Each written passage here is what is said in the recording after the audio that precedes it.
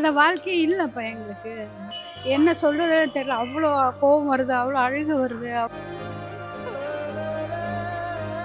எங்க அம்மா எங்க அப்பாவை தவிர இந்த இடத்துல எங்களுக்கு யாரும் இல்லை ஐயா.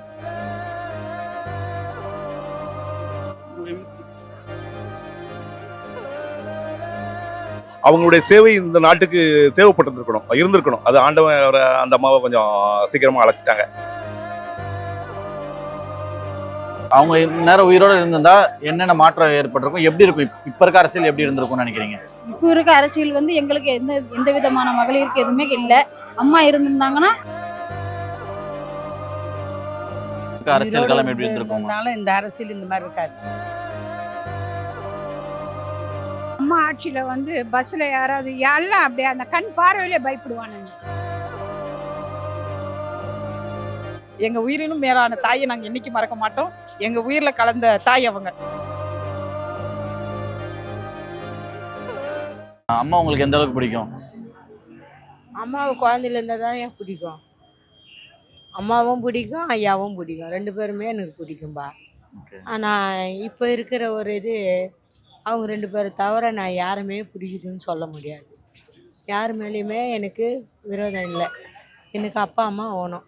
அதுக்காக நான் வருஷம் வருஷம் வந்து போகிறேன் ஐயா. ஓகே, அவங்களோட பிரிவு உங்களுக்கு எந்த அளவுக்கு பாதிப்பு கொடுக்குதுமா? அவங்களால முன்ன இருந்த மாதிரியா இப்போ எதுவுமே இல்லையா ஐயா. எந்த ஒரு சலுகையும் இல்லை, எதுவுமே சொல்கிற மாதிரியாவே இல்லை எங்களுக்கு. அவ்வளோ மனவேதனையோடு தான் போகிறோம் நாங்கள். எது அவங்க செய்ததில் ஒன்று கூட யாருமே எதுவுமே செய்யல ஐயா எங்களுக்கு.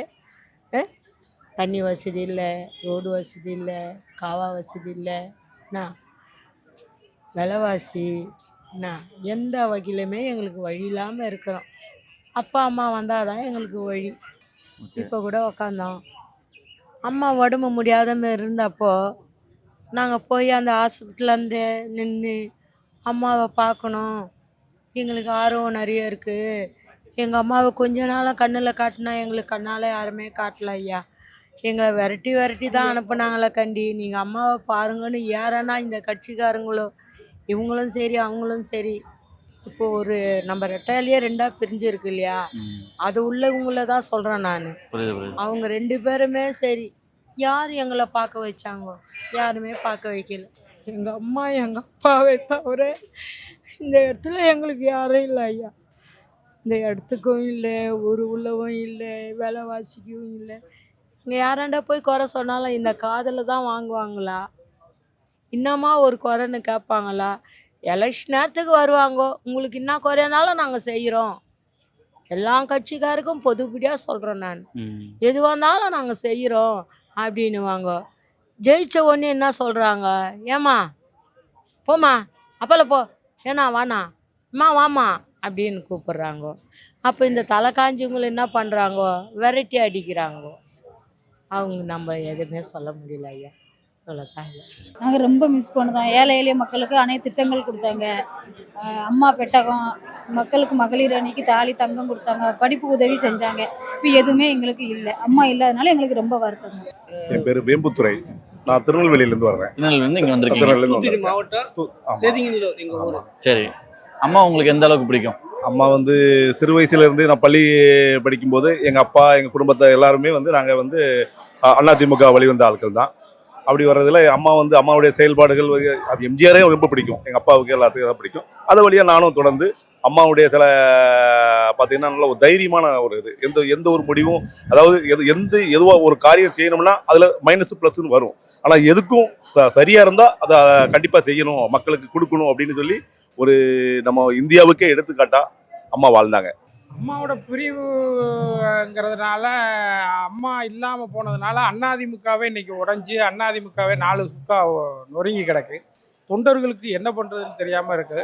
இதனால் எல்லாருமே சேர்ந்து அம்மாவுக்கு அடுத்து டிடிவி தினகரனை தான் அம்மாவுக்கு அடுத்தபடியாக எல்லாருமே நினைக்கிறாங்க. அதனால் அவர் வழியில் போகிறது தான் எல்லாருக்கும் நல்லதுன்னு நினச்சி எல்லாரும் பயணம் பண்ணோம். அம்மா இல்லாத வாழ்க்கையே இல்லைப்பா எங்களுக்கு.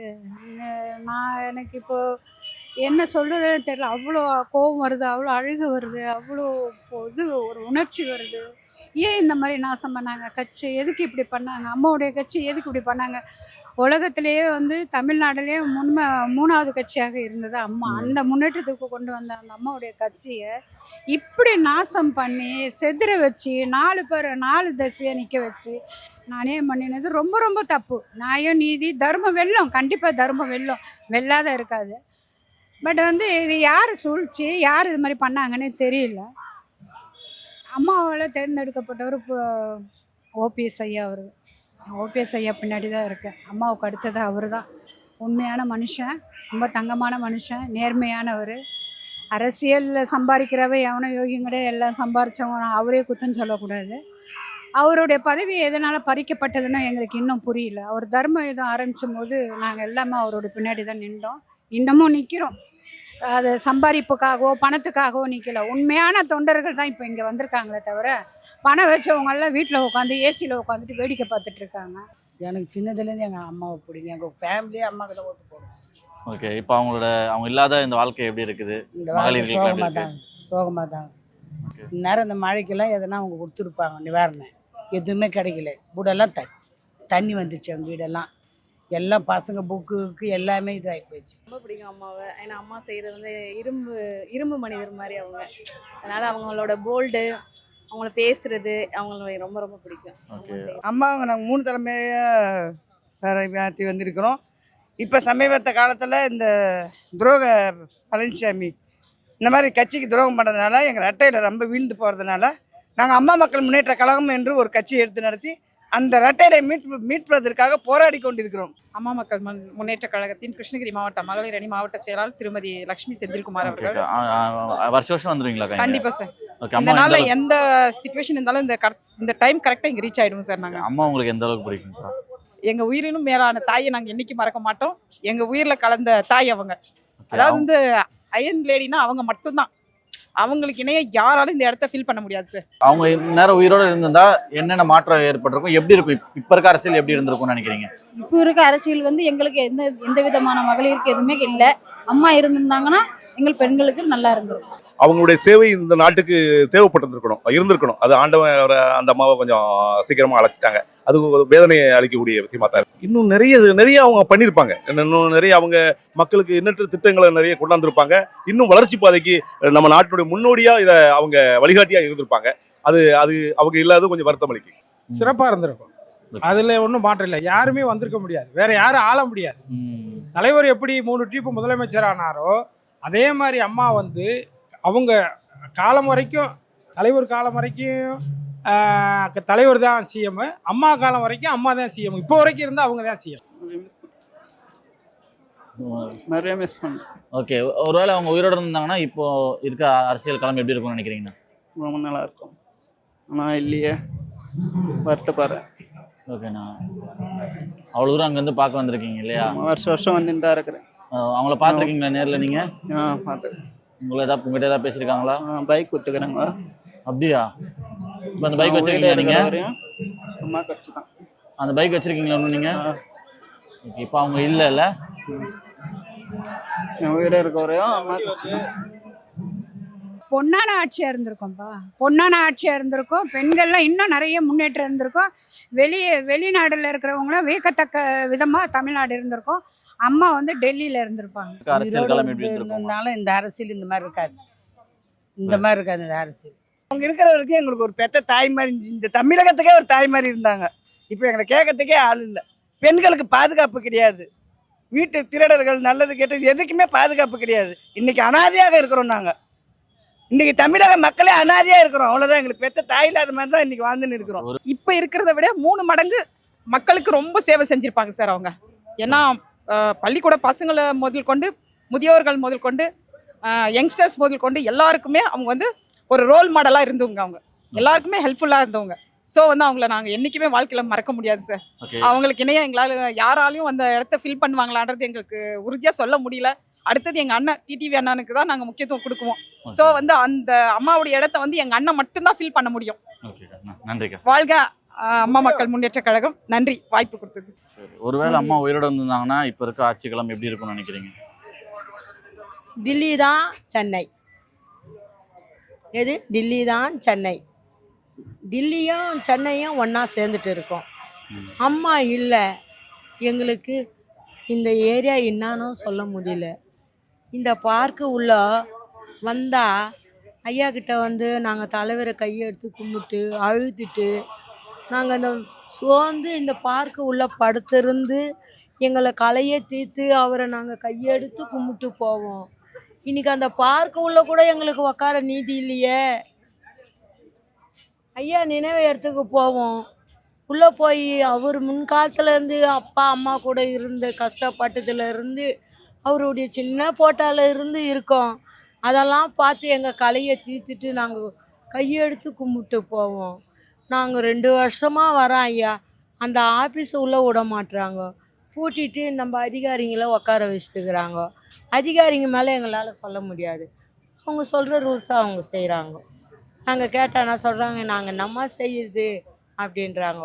11:30 மணிக்கு திறக்கிறாங்க, மணி 12க்கு 1க்கெல்லாம் மூடிடுறாங்க. அம்மா இருக்கும் போதில் அப்படி கிடையாது.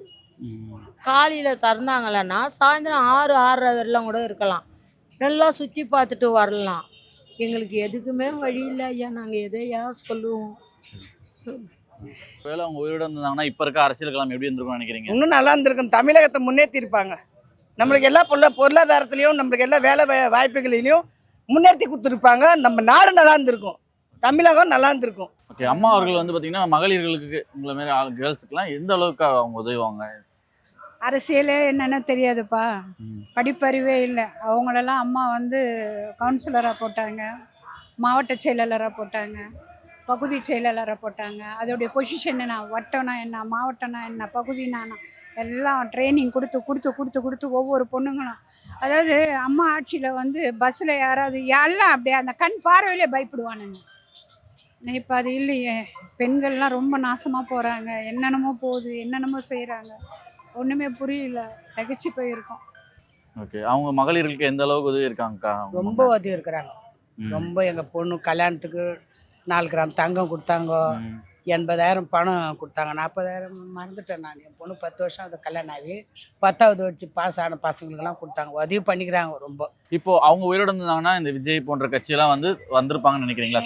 யாருப்பாங்க தம்பி, அவெல்லாம் அம்மா இருக்கும் போதெல்லாம் யாருமே முளைக்க விடலையே அம்மா. ஆனால் அவங்க பின்னாடி பேக்ரவுண்டில் இருந்தாங்க தான், பேசுனாங்க தான், பழகுனாங்க தான். எதிர்க்க வேணால் அவங்க ஒரு இதாக இருப்பாங்க தவிர யாருமே வரலையே. அம்மா எப்போ போவாங்க, அந்த திட்டம் எப்போ காலியாகும், எல்லாரும் பிடிக்கலான்னு சொல்லிட்டு. ஏன்னா இவங்க ஒற்றுமை இல்லையே, இவங்க ஒற்றுமை இல்லாதனால தானே விஜய் இப்போ வந்திருக்காரு. இப்போ விலைவாசி, டிஎம்கேவுடைய ஆட்சி எதுவுமே சரியில்லையப்பா, அதனால தானே அந்த பையன் வந்திருக்கான். அந்த பையனை நம்ம குற்றம் சொல்லக்கூடாதுல்ல. வரட்டும். அதாவது எப்படின்னா இளைஞர்கள் வந்து முன்னேற்றத்துக்காக வரணும், அவங்களும் அதை முயற்சி செஞ்சு செய்யணும். ஆனால் எக்காரத்தை கொண்ட எங்கள் கட்சி விட்டுட்டு நாங்கள் எங்கேயும் போக மாட்டோம். கண்டிப்பாக வரோம்ப்பா, 26ல் கண்டிப்பாக எல்லாரும் ஒன்று சேருவோம். கண்டிப்பாக சேர்ந்து நாங்கள் முதல்ல நிற்போம். அம்மா இருக்கையில் அம்மாவுக்குன்னு ஒரு மரியாதை ஒன்று இருந்தது, அப்போ இது இப்போ இல்லை. அம்மா உங்களுக்கு எந்த அளவுக்கு பிடிக்கும்? ரொம்ப பிடிக்கும். இப்போ காலகட்டத்தை அந்தந்த காலகட்டத்தில் மக்கள் வரத்தான் செய்வாங்க. இருந்தாலும் இந்த அரசியல் வந்து ஓங்கி நின்றுருக்கும். இன்னும் திட்டங்கள் நிறைய தந்திருப்பாங்க. அதாவது அவங்க வந்திருந்தா அப்படிங்கிறத நம்ம பார்க்க வேண்டாம். ஆனால் அவங்க இருந்திருந்தா இன்னைக்கு அரசியலுடைய, தமிழ்நாட்டினுடைய அரசியல் இன்னும் வளர்ச்சி அடைஞ்சிருக்கும் அப்படிங்கிறத சொல்லலாம். செய்திகளை உள்ளது உள்ளபடி தெரிந்து கொள்ள ரெஃப்ளெக்ட் நியூஸை சப்ஸ்கிரைப் பண்ணுங்க.